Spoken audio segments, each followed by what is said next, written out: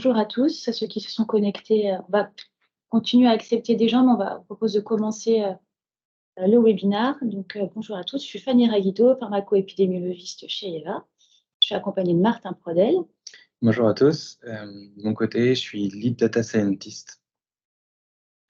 Donc, aujourd'hui, on va vous parler d'IA avec des applications d'études en vie réelle, avec des questions plutôt sur le penchant épidémiaux. Un petit rappel pour ceux qui ne connaissent pas, l'occasion de nous présenter, de présenter la société EVA, qui existe depuis 2005, qui a été créée par Ludovic Lamarsal et Alexandre Van Stock, qui initialement travaillait principalement sur les données du PMSI et qui, depuis 2017, travaille également sur les données du SNDS, depuis que l'accès est possible pour les sociétés, les CRO. Donc, la caractéristique de EVA, c'est qu'on a une triple ADN, donc on a une très bonne connaissance des données, couplée à la mise en place d'analyses avancées, que ce soit des analyses statistiques ou des analyses d'IA, comme on va en discuter aujourd'hui. Et également, on couple tout ça avec des visualisations de données qui sont du coup, voilà, plus des visualisations du coup qui permettent d'avoir des données plus synthétiques quand on attaque ces données souvent immenses. Et donc, on est 35 chez EVA, on est répartis dans différents pôles en fonction de nos expertises métiers, avec au centre de tout ça le chef d'orchestre, que sont les chefs de projet qui sont en lien avec les clients, avec les personnes qui nous demandent des études. Donc aujourd'hui, on va plus principalement, donc chez EVA, on fait différents types d'études à partir des données du SNDS et d'autres types de données également. Aujourd'hui, on va plutôt s'intéresser aux études et aux questions épidémiologiques au sein de ces études, donc tout ce qui est plutôt information sur une pathologie et potentiellement les facteurs qui peuvent avoir un impact sur la survenue d'une pathologie, facteurs extérieurs, facteurs liés au patient. Donc, c'est vraiment cette partie-là qui va être abordée dans les cas pratiques présentés aujourd'hui. Donc, pour répondre à ce type de questions épidémiaux, on a différentes possibilités d'analyse, donc des analyses très descriptives pour décrire la POP et puis décrire les outcomes de l'étude. En général, on le combine souvent avec des méthodes plutôt de stade classique, qu'on appelle plutôt classiques, avec des modèles de stade classique ou des modèles de comparaison avec des ajustements quand il est nécessaire. Et on a également un pôle de data scientists qui travaille sur des méthodes plus innovantes que sont le machine learning, le process mining, le deep learning. Rapidement, pour introduire ce webinaire, on a été recherché via PubMed en utilisant vraiment, on a fait une recherche grosse maille pour les 10 dernières années en mettant comme mots-clés Real World Data, Real World Study, Machine Learning, Deep Learning et Artificial Intelligence. Donc, sans grande surprise, on se rend compte que le nombre de publications avec ces mots-clés augmente depuis 10 ans, avec 1400 publications en 2022. Alors, c'est tout confondu. À partir du moment où même dans la publi, on avait l'IA, c'est bien, il faut en faire dans les données en vie réelle, ça sortait ici. On n'a pas fait de filtre après sur des études vraiment épidémiaux. On a fait une petite sélection un peu à la main et en fait, avec des études des SNDS et IA, il y a une vingtaine d'études qui sortent de façon plus spécifique dans cette recherche de la littérature.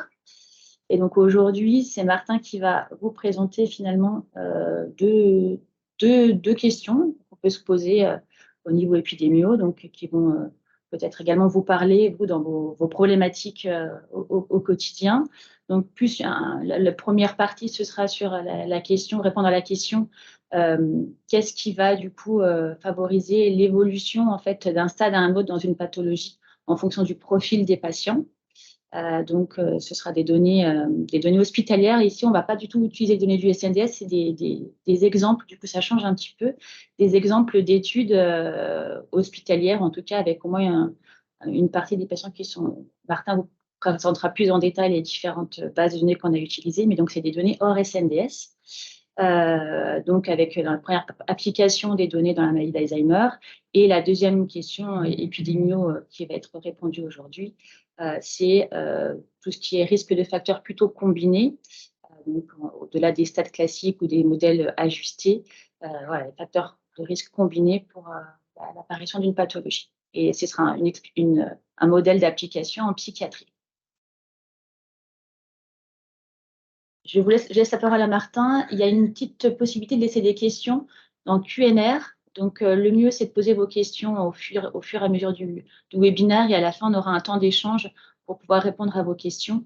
Et on ne vous laisse pas la parole parce que sinon, c'est trop compliqué pour pouvoir s'en sortir pour vous répondre. Donc, on vous invite à poser vos questions dans le Q&R et à la fin, avec grand plaisir, on répondra à vos interrogations. Merci beaucoup. Alors, c'est parti pour ce premier sujet sur cette idée de voir des mises en pratique d'approches qui rentrent dans ce champ de l'intelligence artificielle et de voir comment on les a mis en œuvre pour des problématiques d'épidémiologie. Alors, là, vraiment, sur le sujet qui est un des sujets les plus classiques possibles quand on parle d'épidémiologie, qui est la censure. Là, c'est vraiment un schéma illustratif pour ce concept de censure, en sachant que là, on a vraiment des sujets de censure à droite, c'est-à-dire que dans les bases de données, les patients ne sont pas tous suivis le même temps, et donc, on ne va pas forcément observer un événement d'intérêt qui va nous intéresser dans l'évolution de la maladie. Et donc ça, pour plusieurs raisons, soit parce que on n'a pas assez de recul dans la base de données pour l'observer, soit parce que le patient peut être décédé et donc l'événement d'intérêt dans l'évolution de la maladie ne sera jamais observé. Et donc, quand on a ces problématiques-là de censure, heureusement, il existe des approches depuis bien longtemps en stats pour modéliser ça. Et donc, vraiment, l'approche la plus classique, c'est de faire cette modélisation avec un Kaplan-Meier pour étudier une durée jusqu'à la survenue d'un événement. Et donc, il y a déjà des choses qui existent dans ce sens-là. Et il y a même des approches un petit peu plus évoluées qui consistent à tenir compte de risques compétitifs. C'est-à-dire que là, quand on est sur une évolution dans un stade d'une maladie, le décès peut venir être un risque compétitif qui ne permettra pas d'observer cet événement et tout en étant différent de l'effet de la censure quand on a une fin de recul dans le suivi. Et donc ça, c'est aussi des approches qui méritent d'être plus utilisées, les risques compétitifs dans ces modélisations. Et donc c'est l'occasion de le rappeler que ça existe. Mais ce n'est pas le propos aujourd'hui d'aller plus dans le détail, mais de savoir qu'il y a des choses. Là où on veut aller avec cet exemple qu'on a mis en place, c'est plus précisément dans cette maladie d'Alzheimer, il y a cette question de l'évolution de la maladie. C'est dégénératif, c'est-à-dire que l'état d'un patient, malheureusement, ne fera que se dégrader.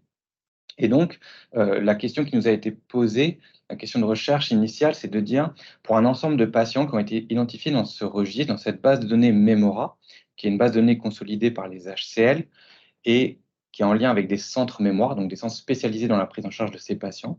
Il y a un ensemble de patients qui sont dans un premier stade, qui est le stade mild en anglais, donc c'est vraiment un état préliminaire de la maladie d'Alzheimer qui a été diagnostiqué. 1200 patients pour constituer cette cohorte sur une inclusion glissante sur plusieurs années, de 2013 à 2019. Donc en fait, d'entrée de jeu, on voit qu'on va avoir des temps de suivi qui vont être très différents en fonction des patients, en fonction de l'année d'inclusion dans l'étude. La question qu'on s'est posée, c'est de la dégradation des patients dans cette maladie, c'est-à-dire la bascule vers un stade plus grave, supérieur, qui est le stade major.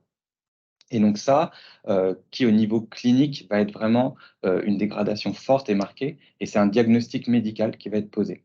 Et donc là, on est en plein dans un cas de censure pour les deux raisons que j'ai déjà évoquées, qui sont soit un problème de recul dans les données, puisque cette évolution, elle va se faire après plusieurs années, après le diagnostic initial. Donc, soit on a un problème de recul par rapport à ce que les données nous permettent d'observer, soit il y a des patients qui vont décéder avant d'avoir basculé dans le stade major. Du coup, par rapport à cette question qui nous a été posée, on s'est dit, mais on a cette cohorte, 1200 patients. La première réponse que l'on a fait, c'est de mettre en place cette approche avec un Kaplan-Meier. Donc, de dire, on tient compte de la censure avec cette modélisation pour pouvoir avoir une première appréciation du temps entre ces deux stades. Et donc là, le premier élément de réponse sur l'estimateur de Kaplan-Meier, c'est la durée médiane à 25 mois. Donc ça nous a permis de cerner qu'il s'écoule 2 ans sur cette cohorte, au regard des données que l'on avait à disposition, pour observer la bascule entre ces deux stades. Et donc ça, c'est une première réponse, mais on s'est posé la question de savoir, finalement, cette cohorte, est-ce qu'elle est homogène, ces 1200 patients, au regard de ce critère d'évolution dans les stades, et est-ce qu'il n'y aurait pas des facteurs qui vont impacter et qui vont venir influencer vers une conversion plus rapide, donc une dégradation plus rapide, ou à l'inverse, vers une conversion plus lente dans le temps. Donc c'est ça qui nous a intéressés, c'est de capter ces facteurs. Et donc, pour ça, ce qu'on a pu faire, c'est qu'on a des caractéristiques qui permettent de décrire tous les patients. Il y en a une cinquantaine. C'est important d'avoir cet ordre de grandeur par rapport à la méthodologie qu'on a mise en place, parce que on les a regardés une par une finalement, avec cette illustration en disant sur le genre, en séparant hommes et femmes, finalement, on a la possibilité sur la même modélisation Kaplan-Meier de voir, de tester s'il y a une différence significative entre les deux groupes, et donc là d'observer avec le test, il y a la petite p-valeur qui est notée en bas, que la différence ici n'est pas significative, pour un écart sur le temps de conversion. Et donc ça, on l'a mis en place pour chacune des 50 variables. Il n'y a pas de difficulté à démultiplier l'analyse, à part d'aller après analyser individuellement le résultat obtenu. Et sur la présence de certaines comorbidités, donc là notamment sur un problème vasculaire cognitif, c'est vraiment sur du binaire. Est-ce que le patient a cette comorbidité et lors de sa prise en charge et donc là, avec le groupe qui a en bleu foncé la courbe la plus basse, les patients qui ont cette comorbidité, on a une diminution de la courbe, c'est-à-dire une accélération, c'est-à-dire que le passage dans le stade major est plus rapide. Donc ça, c'est intéressant parce que ça nous permet de voir, avec un écart sur la durée médiane, pour donner une ordre de grandeur, de 3 mois et demi, et donc se rendre compte que va commencer à y avoir plusieurs mois d'écart sur certains sous-groupes de la cohorte au regard de cette conversion. Donc ça, on l'a mené pour les 50 variables caractéristiques, mais il y a quand même une question sous-jacente qui nous a un peu intrigués, c'est que pour la plupart des variables qu'on a testées, en réalité, il n'y a pas d'impact qui est mesuré quand on regarde individuellement la contribution de cette variable, notamment sur différentes comorbidités et facteurs de risque supputés. Mais ce qui va nous intéresser, c'est de se poser la question de savoir si finalement il n'y aurait pas des combinaisons de ces facteurs qui, ensemble, vont venir impacter, soit à la baisse, soit à la hausse, ce temps de conversion dans la maladie. Et donc, pour ça, c'est là où on a envie d'avoir une méthode qui nous permet de trouver ces combinaisons de facteurs. Et donc, c'est là où je parle de rencontre entre les approches traditionnellement qui sont du ressort du machine learning et cette approche épidémio de la modélisation de la survie. Et donc, là, comment on fait rencontrer une approche qui peut permettre des combinaisons de facteurs, qui est un algorithme d'arbre de décision avec une approche de survie.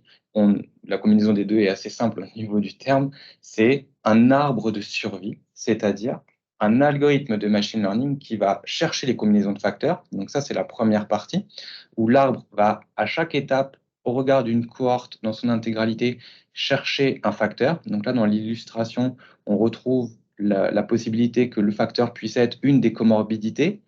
Mais cette fois, ce qui va être intéressant, c'est que dans son mécanisme de détection pour savoir si des combinaisons de facteurs sont discriminants, l'algorithme va venir s'appuyer à chaque étape sur un estimateur de Kaplan-Meier. Et l'intérêt, c'est ce qui a marqué ici en bas, c'est que pour créer les combinaisons de facteurs, à chaque fois qu'un facteur est ajouté, on va utiliser comme critère le log rank sur le Kaplan-Meier pour savoir si la variable elle est significativement importante dans la combinaison. Et donc là, indépendamment, il n'y a rien de révolutionnaire sur ces approches, mais ce que l'on trouve élégant dans la démarche, c'est de pouvoir les combiner ensemble pour répondre à la question de recherche qui nous est posée. En pratique, qu'est-ce que ça donne en termes de résultats? Et donc, on a utilisé ce résultat, ce rendu graphique que je vais un peu expliciter, où sur l'axe des abscisses, on va retrouver en fait des sous-groupes de patients Et donc, qu'est-ce qu'un sous-groupe? C'est illustré là en haut à droite sur la flèche bleue, c'est un profil. Ça va être, dans cet exemple, chaque petite croix, ça va être une combinaison de facteurs. Donc, par exemple, les hommes de plus de 75 ans et qui ont une dépression. Donc, c'est un sous-groupe, on a 185 patients. Donc, chaque petite croix va représenter l'un de ces sous-groupes. En abscisse, plus on va vers la droite, plus la taille du groupe est importante, donc plus ça concerne un grand nombre de patients. Et en ordonnée, c'est là où c'est très intéressant, c'est que on va retrouver l'outcome qu'on est en train d'étudier, qui est ce temps médian de conversion sur les estimateurs.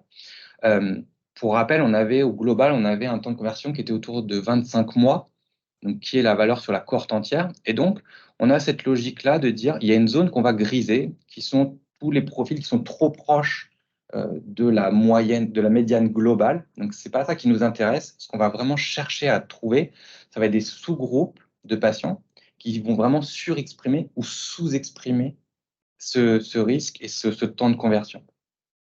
Avec un intérêt, une petite mention méthodo ici à gauche, sur comment on va trouver une grande variété de profils de patients.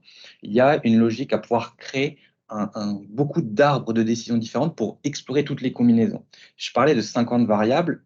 Pour chaque variable, il peut y avoir plusieurs modalités, ne serait-ce que pour l'âge. Donc, il y a plusieurs façons de séparer la cohorte selon l'âge. Et donc, l'idée d'utiliser une approche de bagging va nous permettre de tester une plus grande variété de combinaisons de variables en donnant à chaque arbre qu'un sous-ensemble des caractéristiques de l'étude. Et donc, ça, à quoi ça va aboutir? Ça va aboutir à un certain nombre de profils qui vont être particulièrement intéressants. Parce que sur le graphe, en fond, vous voyez qu'il y a un certain nombre de croix, il y en a plusieurs dizaines, on peut aller jusqu'à plusieurs centaines de profils. Mais quand on va regarder ce qu'on a obtenu, ce qui va nous intéresser, il y a 6 profils qui ressortent dans cette étude. Qu'est-ce qu'un profil intéressant? Donc, ça va être des profils qui ont à la fois un nombre de patients suffisant pour être significatif. Ça va être également des profils qui sont différents entre eux. C'est-à-dire qu'il faut voir que sur les petites croix, parfois, il y a des profils qui sont juste à côté, mais dont la seule différence, ça va être de faire la distinction entre est-ce que c'est plutôt le sous-groupe des patients de plus de 75 ans, puis juste à côté, il y a non, finalement, c'est juste la restriction à ceux qui ont plus de 78 ans. Donc ça fait des petites différences, mais les deux profils juste à côté peuvent être trop proches. Donc on fait cette sorte de nettoyage pour trouver les profils vraiment les plus saillants. Et donc là, vous voyez comment on les a numérotés en fait de A à H avec, pour la lecture, le profil B par exemple qui est tout en haut. Comme on est dans la zone haute, on est vraiment sur des profils dont le temps de conversion est beaucoup plus long. Là, on est sur des temps qui sont proches de entre 28 et 30 mois pour les 3 profils à conversion longue. Ça veut dire que ce sont quand même des patients qui ont mis 5 mois de plus, donc c'est sur des durées médianes, pour la conversion vers le stade le plus sévère. Donc ça, en termes de prise en charge, c'est des informations qui sont extrêmement précieuses au niveau clinique, et de savoir que donc on a les caractéristiques qui sont notées à droite. Pour le groupe B, ce sont des patients qui ont été traités par un médicament symptomatique de la maladie d'Alzheimer. Ce sont des patients qui sont en dessous de l'âge de 86 ans. Et on va aussi avoir des caractéristiques sociodémographiques. Et notamment, il y a toute une question dans la prise en charge de cette maladie autour du niveau d'études des personnes et des emplois qu'ils ont pu occuper pendant leur carrière, puisque la plupart des patients sont quand même retraités quand ils rentrent dans l'étude. À l'inverse, sur la partie basse, parce qu'en fait, c'est au-delà des patients qui mettent plus longtemps à convertir, en réalité, quand on parle de facteurs de risque, c'est surtout le risque de basculer trop rapidement dans cette maladie. Et donc ça aussi, c'est une question qui a intéressé énormément les experts médicaux qui nous ont posé des questions initialement. C'était de comprendre finalement ces groupes G ou F avec des temps de conversion qui vont descendre à 17 mois, de comprendre, est-ce que c'est lié à des comorbidités? Lesquelles? Est-ce que, quel est le lien aussi des traitements? Parce que c'est toute une question un peu qui reste d'actualité. Aujourd'hui, il n'y a pas de traitement clé dans la maladie d'Alzheimer. Mais de savoir, ben, finalement, il y a des médicaments qui ont eu des autorisations sur le marché sur la période d'étude, qui avaient pu être donnés, qui ne sont plus forcément donnés de nos jours, mais savoir quel a été l'impact et de comprendre comment ça permet d'avoir des sous-groupes de patients qui sont plus ou moins à risque de convertir rapidement. Donc c'est ça les résultats de cette étude qu'on voulait partager, que je voulais partager et présenter avec vous. avec cette approche qui combine un algorithme de machine learning pour trouver des sous-groupes de patients et toute une logique épidémiologique autour de la survie, survie au sens temps avant la survenue d'un événement. Je pense que c'est une mention sur ces. Là, je mets en avant les publications qu'on a pu faire sur cette étude cette année. C'est quelque chose qui a été très plébiscité à la fois par la communauté médicale avec laquelle on a travaillé en neurologie, sur la maladie d'Alzheimer, mais aussi sur les approches beaucoup plus méthodologistes sur l'exploitation de données de vie réelle. Pour nous, c'est très important pour en fait, tout acteur, toute personne qui veut mettre en avant des approches de machine learning ou d'intelligence artificielle, peu importe les termes qu'on utilise, de publier. Aujourd'hui, c'est des choses qui sont attendues par la communauté médicale quand on travaille sur ces bases de données. Il peut y avoir encore des réticences ou à minima des attentes sur l'utilisation des méthodes de machine learning. Et donc aujourd'hui, publier, c'est un message pour nous, c'est la clé aussi pour mettre en avant et expliquer les méthodes. Et finalement, ce webinaire, c'est aussi l'occasion de montrer ce qu'il est possible de faire et comment ça marche. Alors, tout ça pour aller sur le deuxième thème qu'on voulait partager aujourd'hui sur cette rencontre entre l'IA et l'épidémio. Et en fait, on va changer de champ. On va rester sur des données hospitalières. Donc voilà, cette idée, on change un peu par rapport à ce qu'on a l'habitude de faire chez Eva sur des études SNDS. Ça nous permet de montrer qu'il y a vraiment des possibilités et qu'il y a d'autres bases de données, mais que le point clé, c'est toujours la méthode, la maîtrise de la donnée et les méthodes qu'on va mettre en face. Et donc là, on bascule dans le champ de la psychiatrie. Et finalement, avant de rentrer dans le détail des données qu'on a utilisées, je vais refaire cette petite mise en regard un peu générale sur toujours cette question de connaître les facteurs de risque. Donc finalement, c'est toujours une question qui revient de savoir les facteurs de risque pour un outcome, que ce soit la survie, que ce soit le risque d'avoir un effet secondaire, d'être réhospitalisé. Et donc, ce qu'on vient de voir en fait juste avant, c'est la détection de sous-groupes de patients, donc ce qu'on a appelé les profils avec l'approche de machine learning. Toutefois, l'approche qu'on a vue juste avant, elle permet de trouver quelques combinaisons de ces facteurs et donc quelques profils. Mais ce qui manque finalement, c'est aussi une vue d'ensemble. J'ai parlé d'une cinquantaine de variables dans cette étude et sur cette étude Alzheimer, mais on n'a pas pu voir l'impact de chacune de ces variables dans les combinaisons. Il manque cette vue d'ensemble et donc c'est ça qu'on veut aussi illustrer sur ce deuxième cas d'étude, c'est comment on peut comprendre le rôle des variables dans leur ensemble, mais qu'elles impactent ou qu'elles n'impactent pas. Parce qu'en fait, sur le focus de détection de sous-groupes, il y a en fait un effet loop où on ne regarde que les sous-groupes qui ont un impact négatif ou positif sur l'outcome, mais on ignore les variables qui n'ont pas d'impact. Et donc, dans cette idée de comprendre et d'exploiter toute la richesse de la base de données, on pense que c'est important de montrer comment toutes les variables viennent interagir. Et donc là, l'intérêt, c'est toujours d'utiliser un algorithme de machine learning, mais de voir derrière comment les variables sont utilisées. Donc, plus en détail sur le cas de cette étude, où en psychiatrie, on a travaillé avec un CH, un centre hospitalier, sur ces données d'hospitalisation, avec 33 000 hospitalisations en psychiatrie. Et la question clé, c'est de savoir les patients qui sont les plus à risque d'être réhospitalisés sous une période de temps, qui était une période sous 2 ans.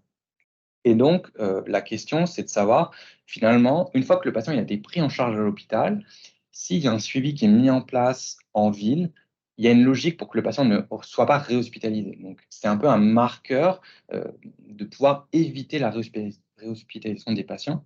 Et quand on regarde dans les données, sur cette historique des 33 000 hospitalisations, on avait un taux qui est quasiment à 50-50. Hein. On avait 48% des patients qui étaient réhospitalisés sur la période. Et donc là, ça permet de se rendre compte que cliniquement, c'est un enjeu pour les psychiatres de pouvoir réduire ce risque ou d'identifier les patients, en tout cas, les plus à risque en amont. Et donc, c'est la question qui nous a été posée. Et donc, comment on a cherché à répondre à cette question? Alors, sans surprise, avec un algorithme de machine learning, mais en réalité, la réponse est même avec plusieurs. À droite, on a mis cette illustration de la boîte à outils du data scientist, c'est-à-dire cet ensemble d'algorithmes, un des mots qu'on préfère. Toujours dire on utilise un algorithme, mais en fait, il y en a plein, et on ne les a pas tous testés sur cette étude. On en a testé 4 ou 5 pour dire, c'est important d'avoir en tête qu'il n'y a pas un algorithme qui va marcher à chaque fois. Et même en fonction de la réponse, on n'a jamais de présupposé sur lequel va le mieux marcher. Et donc, ça aussi, c'est un peu un des éléments qu'on veut faire passer quand ça vous intéresse de travailler sur des études où on a besoin d'un algorithme de machine learning, c'est de dire, il faut aussi faire de la comparaison, du benchmark des modèles, parce que on ne peut pas savoir lequel va le mieux marcher a priori. Et donc, dans ce cas de figure-là, on a utilisé 4 algorithmes qui sont listés ici. Donc, l'arbre de décision, le random forest, un gradient boosting, enfin 2 types de gradient boosting. Donc, on voit que ce sont tous des modèles qui sont à base d'arbres, donc de construction, qui vont venir chercher des combinaisons de variables pour la prédiction. Et ce qu'on a sur l'histogramme en bas, c'est une illustration de la comparaison de ces modèles sur la tâche de prédiction. Donc, en fait, chacun des modèles avait cet objectif de regarder l'historique des 33 000 hospitalisations pour lesquelles on savait si le patient était réhospitalisé ou non, et de prédire si ça allait se produire. Donc là, qu'est-ce qu'on obtient sur l'histogramme? Déjà, le premier élément de réponse, c'est il n'y a pas d'énorme différence de qualité de la prédiction quand on compare les modèles. Alors, il y en a un qui est un petit peu au-dessus, hein, qui est celui en rose, qui est le gradient boosting, mais on est sur des écarts qui sont relativement faibles. Donc ça, c'est un premier point. Donc c'est intéressant de l'avoir en tête parce que derrière, ce qui va aussi nous intéresser, c'est l'explicabilité de la prédiction. Et donc, parfois, à 2 modèles sensiblement similaires en qualité de prédiction, on va s'intéresser à trouver celui qui sera le plus explicable des deux. Donc là, c'était comparativement sur les différents modèles, mais également, si on regarde en valeur absolue, un point important, c'est qu'on a testé plusieurs façons d'évaluer les modèles. Ça aussi, c'est un point important quand on met en place ce genre de choses sur les données, c'est qu'il n'y a pas une seule façon d'évaluer un modèle. Il y a plusieurs métriques selon qu'on s'intéresse à des faux positifs, aux faux négatifs, à une mesure globale de la performance. Et donc, en fait, c'est pour ça qu'en APSIS, il y a 6 mesures qu'on a mis en place. C'est pour avoir une bonne compréhension de à quel point les modèles sont performants au regard de la prédiction de ceux qui sont réhospitalisés ou bien ceux qui ne le sont pas. Et sur les valeurs obtenues, on est à peine à 70% de qualité sur chacune des métriques.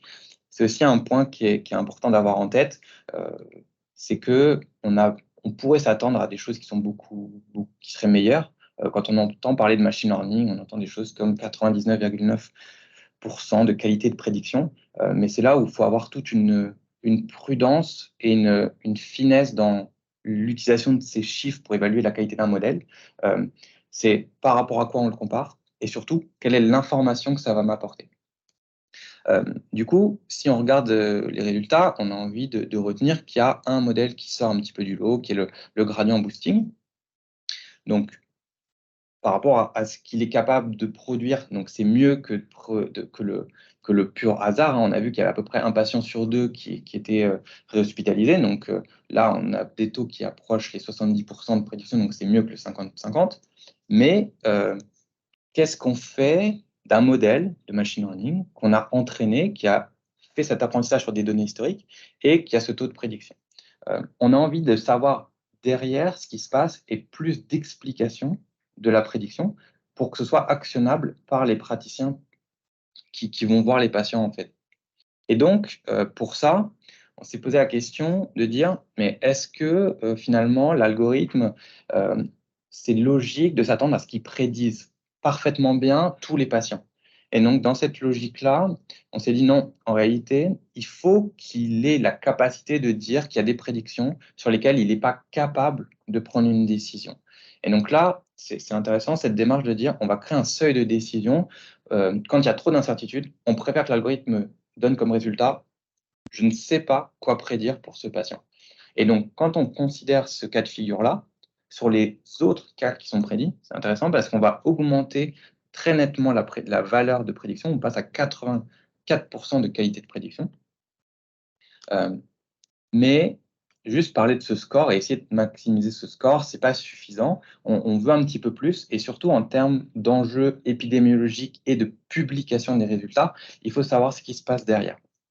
Et donc, pour ça, le résultat clé qu'on veut mettre en avant, c'est lié aux discussions qu'on a pu avoir avec l'expert médical sur ce sujet-là. Donc, je mets une citation alors, qui est un petit peu approximative, hein, donc j'ai mis les guillemets, mais c'est 2 souvenirs. C'est vraiment ce qu'il avait pu exprimer comme l'intérêt d'avoir un outil prédictif qui puisse utiliser comme outil d'aide à la décision, mais il veut aussi savoir individuellement les variables que le modèle a pris en entrée, comment elles ont amené à cette prédiction. Et donc le résultat clé, pour pouvoir montrer ça, c'est ce graphique-là, qui est un outil qui est assez, classique, hein, et c'est pas du sur-mesure qu'on a mis en place, c'est quelque chose qui est disponible dans la boîte à outils du data scientist, qui s'appelle les valeurs SHAP, qui vont avoir pour intérêt et vertu de comprendre comment un modèle fait ses prédictions. Donc, à partir des données qu'il a vues et sur lesquelles il a appris ce modèle de machine learning, donc on a vu c'était un gradient boosting, comment les variables qu'il a en entrée vont impacter ce sur quoi il va prédire. Donc, petite clé de lecture sur le résultat. Donc, en fait, on a la liste de toutes les caractéristiques disponibles en entrée pour un patient qui est hospitalisé et que le psychiatre aurait en face de lui. Et on a une zone verticale qui est la valeur de 0, qui est en fait un risque nul. C'est vraiment la valeur de référence. Et à partir de là, plus une valeur va venir s'étirer vers la gauche, ça veut dire qu'il n'y a pas de risque de réhospite, et vers la droite, donc par ici, là, il y aura un risque accru de réhospitalisation. Et ensuite, il y a les couleurs.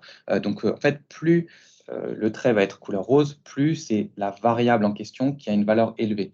Donc, prenons pour l'âge, qui est toujours le plus simple à interpréter. Par rapport à l'âge, à l'inclusion dans l'étude, donc en fait, la première hospitalisation observée pour ce patient, ici, pour les valeurs en rose, donc c'est-à-dire des patients âgés par rapport à la cohorte, sur les patients âgés, on a un risque diminué de réhospitalisation ultérieure. Et on voit que ce n'est pas nécessairement entièrement symétrique, c'est-à-dire qu'on a tout un pool de patients en bleu ici, donc des patients plutôt jeunes, alors jeunes dans cette cohorte-là en l'occurrence, pour lesquels le risque il est très peu augmenté, mais par contre on va avoir un petit ensemble de patients catégorisés jeunes en bleu, pour lesquels le risque il est nettement accru. Et donc là, ce que ça nous permet finalement d'ouvrir un peu le capot de ce qui se passe derrière cet algorithme et de commencer à comprendre comment ces variables, elles viennent influencer la prédiction. Là, ce que je présente, c'est vraiment le résultat sur l'intégralité de la cohorte. Donc, chaque petit point, finalement, vient illustrer comment, chez un patient, une variable individuelle a contribué ou non à la prédiction. Et l'intérêt, c'est que le même graphique est en fait obtenu individuellement pour chaque patient pour lequel on veut une prédiction, pour savoir est-ce qu'il a un risque élevé ou non d'être hospitalisé. On a le même graphique pour ce patient et qui permet de savoir lesquelles de ces caractéristiques à lui viennent influencer la prédiction. Donc c'est vraiment cette idée de l'outil d'aide à la décision et d'explication de ce qui se passe.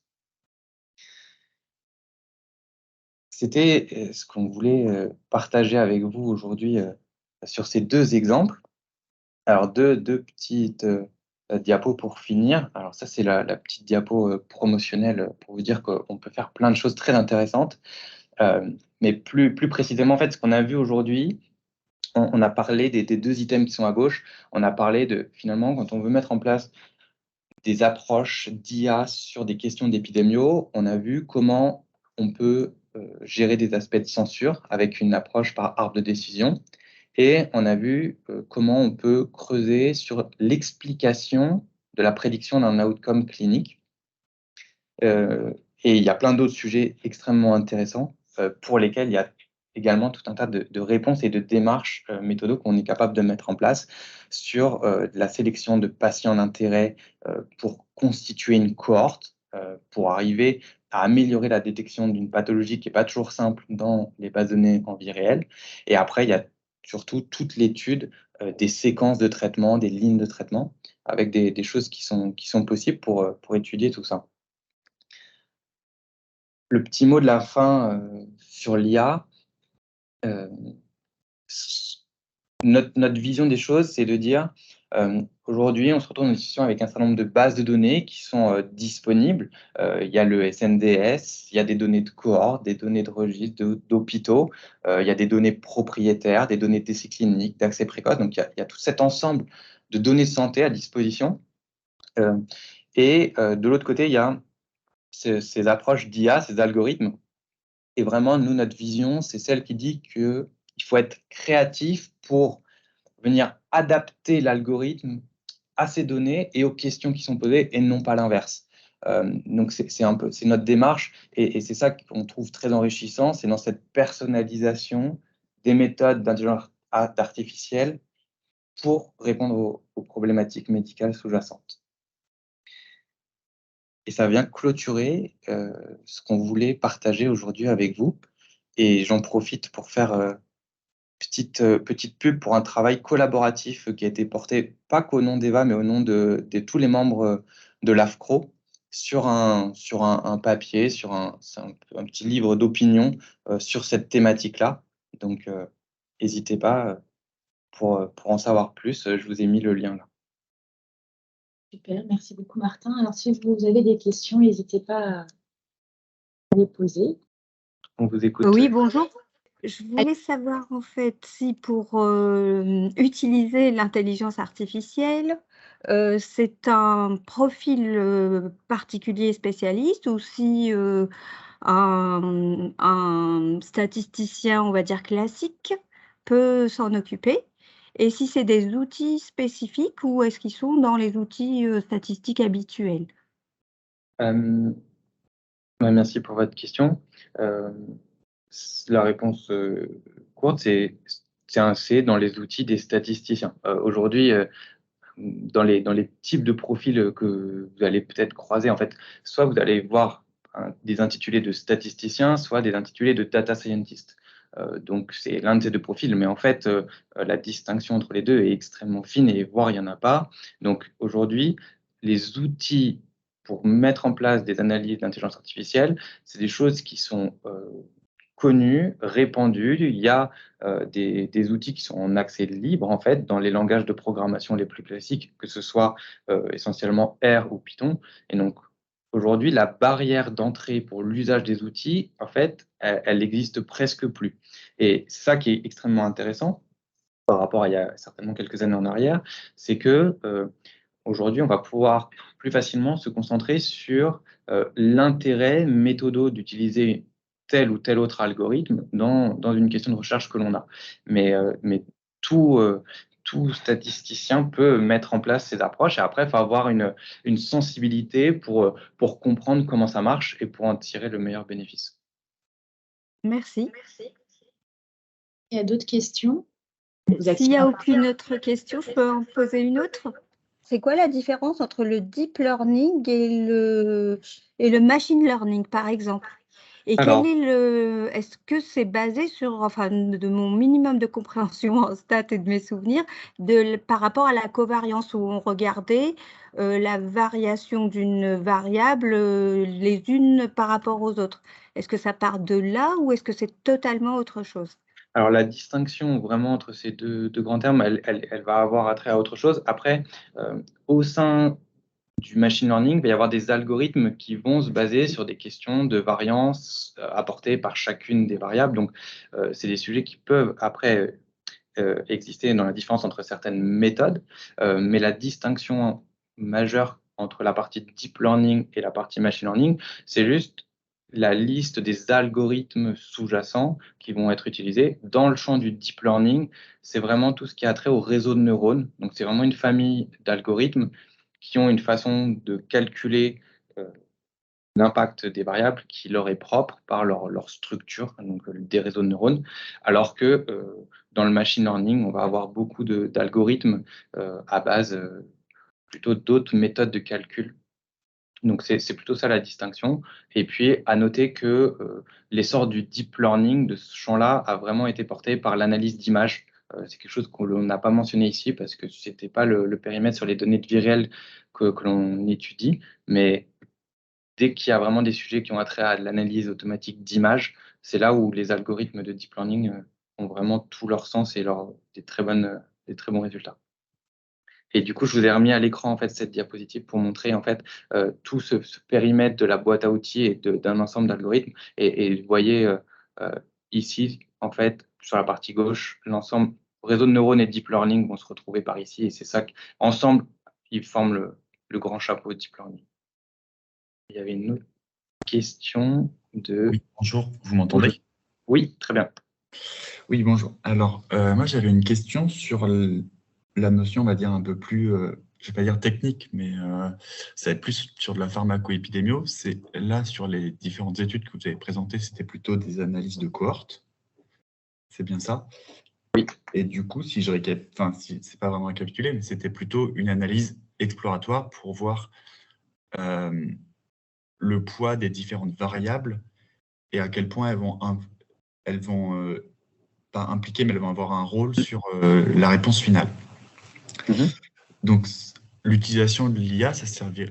Là, la manière dont vous l'avez présenté, c'est plus pour évaluer l'impact des variables. Mais dans une mesure où on ne travaillerait pas sur une cohorte, mais sur des modèles un peu différents de pharmaco, sur des cases crossover, sur du cas témoin ou autre chose. Qu'est-ce que ça donnerait? J'ai pas eu le temps d'aller regarder, j'irai regarder un petit peu après, mais je serais curieux de savoir ce que ça donne sur des méthodologies, là vraiment pharmacoépie, un peu plus poussées ou un peu plus, enfin bien différentes de la cohorte. Est-ce que l'IA pourrait avoir un intérêt là-dedans? Et bah, enfin, votre avis ou ce que vous en pensez ou autre chose? Voilà, j'aimerais bien l'avoir. Merci pour votre question. Alors, du coup, en effet, les exemples, c'est plutôt des données de cohorte. Et nous, chez Eva, on a plutôt l'habitude de travailler aussi sur ce type de données. Après, je pense qu'il n'y a pas vraiment de limite à pouvoir utiliser, du coup, les algorithmes de machine learning sur d'autres questions. Vous pensez à quoi comme type de questions, en fait, auxquelles vous souhaiteriez répondre, du coup Bah là, en tête, j'avais pas forcément comment dire, j'avais pas forcément de questions en tête. Dans ma tête, je me disais que simplement quand on réfléchit à faire des modèles un peu plus construits, enfin pas construits, des modèles différents, on va dire, de pharmacoépie, on a peut-être une question qui est un peu plus claire en tête où une analyse stat pourrait juste répondre à la question sans IA.